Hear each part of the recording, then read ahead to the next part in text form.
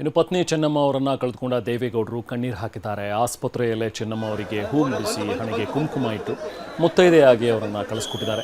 ಚೆನ್ನಮ್ಮ ವಿಧಿವಶರಾಗುವ ಮುನ್ನ ಕುಂಕುಮ ಇಟ್ಟಿದ್ರು ದೇವೇಗೌಡರು. ಕೊನೆಯುಸಿರೆಳೆದ ಪತ್ನಿಗೆ ಹೂ ಮುಡಿಸಿ ಹಣೆಗೆ ಕುಂಕುಮ ಇಟ್ಟರು. ಪಾರ್ಥಿವ ಶರೀರವನ್ನು ಮಣಿಪಾಲ ಆಸ್ಪತ್ರೆಯಿಂದ ಈಗಾಗಲೇ ಶಿಫ್ಟ್ ಮಾಡಿದ್ದಾರೆ. ಆಸ್ಪತ್ರೆಯಿಂದ ಹೊರಗಡೆ ಬಂದ ದೇವೇಗೌಡರು ಕಣ್ಣೀರು ಹಾಕಿದರು.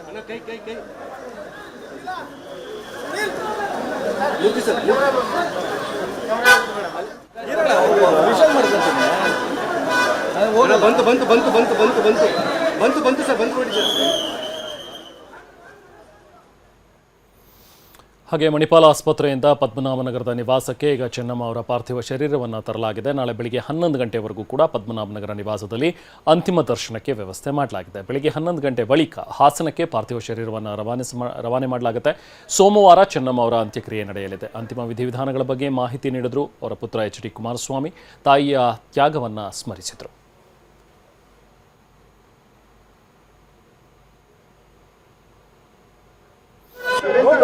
ಮೊದಲಿಂದಲೂ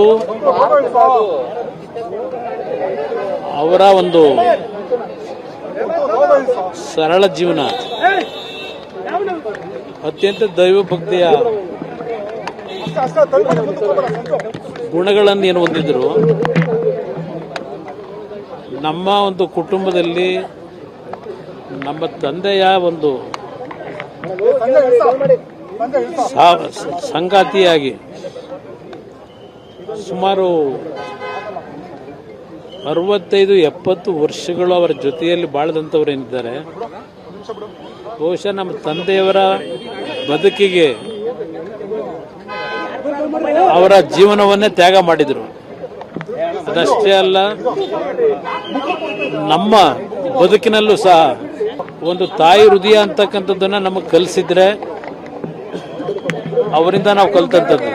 ನಾವು ನಮ್ಮ ಒಂದು ರಾಜಕೀಯದ ಬದುಕಿನಲ್ಲಿ ನಾವೇನಾದ್ರು ಸ್ವಲ್ಪ ಒಳ್ಳೆ ಬುದ್ಧಿ ಕಲ್ತಿದ್ರೆ ನಾವುಗಳು, ಅವರು ಕಲಿಸಿದಂಥ ಬುದ್ಧಿ ಕಳೆದ 4 ದಿನಗಳಿಂದ, 4 ದಿನ ಅಷ್ಟೇ ಅಲ್ಲ, ಕಳೆದ 1 ವರ್ಷದಿಂದ ಅವರು ಪ್ರತಿನಿತ್ಯ ಪಡ್ತಾ ಇದ್ದಂತ ಯಾತನೆಯನ್ನ ನಾವು ನೋಡ್ತಾ ಇದ್ವಿ. ಆ ತಾಯಿಯಿಂದಲೇ ಒಂದು ಬಾರಿ ಅವರಿಗೆ ಆಸಿಡ್ನ ಒಂದು ಅಟ್ಯಾಕ್ ಆದಂತ ಸಂದರ್ಭದಲ್ಲೂ ಉಳಿದಂಥದ್ದವರು. ಅವತ್ತೇ ಅವರು ಹೋಗಬೇಕಾದಂತ ಒಂದು ಪರಿಸ್ಥಿತಿ ಇತ್ತು. ಭಗವಂತ ಉಳಿಸಿದ್ದ. ಭಗವಂತನಿಗೆ ಬಹುಶಃ ಅವರ ಬದುಕು ಈಗ ಸಾಕು ಅಂತಕ್ಕಂಥ ಒಂದು ತೀರ್ಮಾನಕ್ಕೆ ಬಂದು ಅವ್ರನ್ನ ಕರ್ಕೊಂಡಿದ್ದಾನೆ ಅನ್ನೋದು ನನ್ನ ಅಭಿಪ್ರಾಯ. ಇವತ್ತು ಅವರನ್ನ ಮನೆಗೆ ಅವರು ಏನು ನಮ್ಮನ್ನು ಅಗಲಿದ್ದಾರೆ. ಪದ್ಮನಾಭನಗರದ ಮನೆಯಲ್ಲಿ ಇವತ್ತೇನು ಕಾರ್ಯಕ್ರಮ ಆಗಬೇಕು, ಅವರ ಅಂತಿಮ ಒಂದು ಕಾರ್ಯಗಳನ್ನು ಮಾಡಬೇಕು. ಆದ ನಂತರ ಅವರ ಒಂದು ಲಕ್ಷಾಂತರ ಕುಟುಂಬದ ಸದಸ್ಯರುಗಳು ಅವರಿಂದ ಏನು ಜೀವನ ಕಂಡಿದ್ದಾರೆ, ಅವರುಗಳು ಸಹ ನೋಡ್ಲಿಕ್ಕೆ ಬರ್ತಕ್ಕಂಥವರಿಗೆ ಒಂದು ಅವಕಾಶ ಕಲ್ಪಿಸ್ತಕ್ಕಂಥದ್ದು ನಮ್ಮ ಕರ್ತವ್ಯ ಇದೆ. ಬಹುಶಃ ನಾಳೆ 11 ಗಂಟೆ ಮೇಲೆ ಅವರು ಜನ್ಮ ಕೊಟ್ಟಂಥ ಸ್ಥಳ ಹಾಸನ ಜಿಲ್ಲೆ, ನಮ್ಮ ತಂದೆಗೆ ಜನ್ಮ ಕೊಟ್ಟಂಥ ಸ್ಥಳ, ಅಲ್ಲಿಗೆ ಅವರನ್ನು ಶರೀರವನ್ನು ತೆಗೆದುಕೊಂಡು ಹೋಗ್ತಕ್ಕಂಥದ್ದಕ್ಕೂ ತೀರ್ಮಾನ ಆಗಿದೆ. ಮನೆಗೆ ಹೋದ ನಂತರ ಮುಂದಿನ ಕಾರ್ಯಗಳು ಏನು ಅಂತಕ್ಕಂಥದ್ದು ತೀರ್ಮಾನಗಳನ್ನು ಎಲ್ಲ ಸೇರಿ ಮಾಡಬೇಕು ಅಂತ ಇದ್ದೇವೆ. ಇನ್ನು ಚೆನ್ನಮ್ಮ ಅವರ ನಿಧನಕ್ಕೆ ಗಣ್ಯರು ಸಂತಾಪ ಸೂಚಿಸಿದ್ದಾರೆ. ಅದರಲ್ಲೂ ಪ್ರಧಾನಿ ನರೇಂದ್ರ ಮೋದಿ ಕೂಡ ಸಂತಾಪ ಸೂಚಿಸಿದರು. ಚೆನ್ನಮ್ಮ ಅವರ ನಿಧನದಿಂದ ತೀವ್ರ ದುಃಖವಾಗಿದೆ. ಸರಳತೆ, ಸಮಾಜ ಸೇವೆಗೆ ಚೆನ್ನಮ್ಮ ಅವರು ಬದ್ಧರಾಗಿದ್ದರು. ಈ ದುಃಖದ ಸಮಯದಲ್ಲಿ HDD ಕುಟುಂಬಕ್ಕೆ ಸಂತಾಪಗಳನ್ನು ಅರ್ಪಿಸ್ತಾ ಇದ್ದೀನಿ ಅಂತ ಹೇಳಿ ಪ್ರಧಾನಿ ಮೋದಿ ಟ್ವೀಟ್ ಮೂಲಕ ಹೇಳಿದ್ದಾರೆ.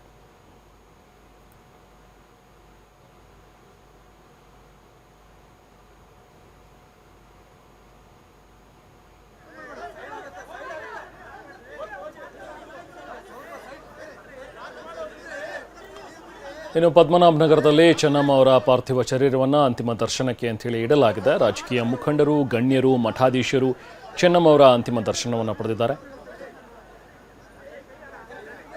ಮಾಜಿ ಮುಖ್ಯಮಂತ್ರಿ ಸಿದ್ದರಾಮಯ್ಯವರು ಕೂಡ ಆಗಮಿಸಿರುವಂಥ ದೃಶ್ಯಗಳನ್ನು ಗಮನಿಸ್ತಾ ಇದ್ದೀರಿ. ಹೇಗೆ ಗಣ್ಯರೆಲ್ಲರೂ ಕೂಡ ಕೆಲವು ಗಣ್ಯರು ಆಸ್ಪತ್ರೆಗೆ ಭೇಟಿ ನೀಡಿದರು. ಆಸ್ಪತ್ರೆಯಲ್ಲೇ ಅಂತಿಮ ದರ್ಶನವನ್ನು ಪಡೆದುಕೊಂಡ್ರು. ಇನ್ನು ಕೆಲವರು ಈಗ ಪದ್ಮನಾಭನಗರದ ನಿವಾಸಕ್ಕೆ ಭೇಟಿ ಕೊಡ್ತಾ ಇದ್ದಾರೆ. ಚೆನ್ನಮ್ಮ ಅವರ ಅಂತಿಮ ದರ್ಶನವನ್ನು ಪಡೆದಿದ್ದಾರೆ. ಕೇಂದ್ರ ಸಚಿವ ವಿ ಸೋಮಣ್ಣ, ಮಾಜಿ ಸಿಎಂ ಸಿದ್ದರಾಮಯ್ಯ, ಬಿಜೆಪಿ ಸಂಸದ ಗೋವಿಂದ ಕಾರಜೋಳ, GT ದೇವೇಗೌಡ ಪದ್ಮನಾಭನಗರ ನಿವಾಸಕ್ಕೆ ಆಗಮಿಸಿದರು.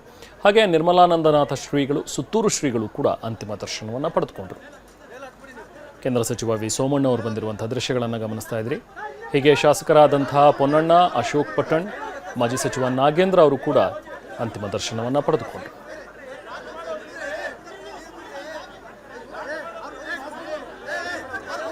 ಹಾಗೆ ಮಾಜಿ ಸಂಸದ ಪ್ರತಾಪ್ ಸಿಂಹ ಬಂದಿರುವಂಥ ದೃಶ್ಯಗಳನ್ನು ನೋಡ್ತಾ ಇದ್ರಿ. ಹೀಗೆ ಎಚ್ ಡಿ ದೇವೇಗೌಡರ ನಿವಾಸಕ್ಕೆ ಗೋಪಾಲಯ್ಯ ಅವರು ಕೂಡ ಆಗಮಿಸಿದರು. ಚೆನ್ನಮ್ಮ ಅವರ ಅಂತಿಮ ದರ್ಶನವನ್ನು ಪಡೆದಿದ್ದಾರೆ. ಜಿ ಟಿ ದೇವೇಗೌಡ ಕೂಡ ಆಗಮಿಸಿ ಅಂತಿಮ ದರ್ಶನವನ್ನು ಪಡೆದುಕೊಂಡರು. ಪೂಜ್ಯ ಚೆನ್ನಮ್ಮನವರ ನಿಧನದಿಂದ ನಾವೆಲ್ಲರೂ ಕೂಡ ದುಃಖಿತರಾಗಿದ್ದೇವೆ. ತಾಯಿ ಚೆನ್ನಮ್ಮ ಧರ್ಮದೇವತೆ.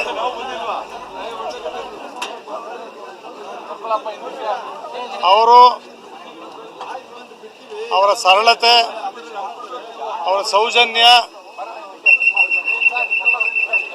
ಅವ್ರು ಪಡೆದಿರ್ತಕ್ಕಂಥ ಗೌರವ ಒಂದು ಆದರ್ಶ. ಚಿಕ್ಕ ವಯಸ್ಸಿನಲ್ಲೇ ಇಡೀ ದೊಡ್ಡ ಕುಟುಂಬದ ಜವಾಬ್ದಾರಿಯನ್ನು ಹೊತ್ತು ಯಶಸ್ವಿಯಾಗಿ ನಿರ್ವಹಿಸಿ ಸನ್ಮಾನ್ಯ ಎಚ್ ಡಿ ದೇವೇಗೌಡರಿಗೆ ಬೆಂಬಲವಾಗಿ ನಿಂತು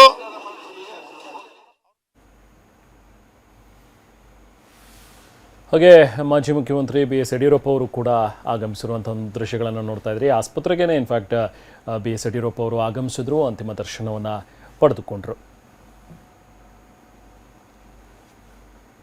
ಪ್ರಧಾನಿ ಈ ದೇವೇಗೌಡರ ಧರ್ಮಪತ್ನಿ ಹಾಗೂ ಎಚ್ ಡಿ ಕುಮಾರಸ್ವಾಮಿ ಅವರ ತಾಯಿ ಶ್ರೀಮತಿ ಚೆನ್ನಮ್ಮ ಅವರು ವಿಧಿವಶರಾಗಿರುವ ವಿಷಯ ತಿಳಿದು ಅತೀವ ದುಃಖ ಆಗಿದೆ.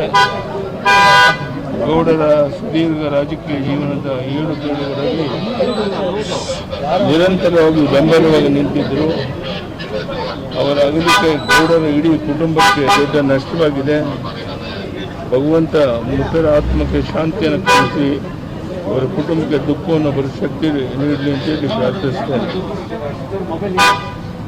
I am deeply saddened to learn of the passing of Srimati Chennamma.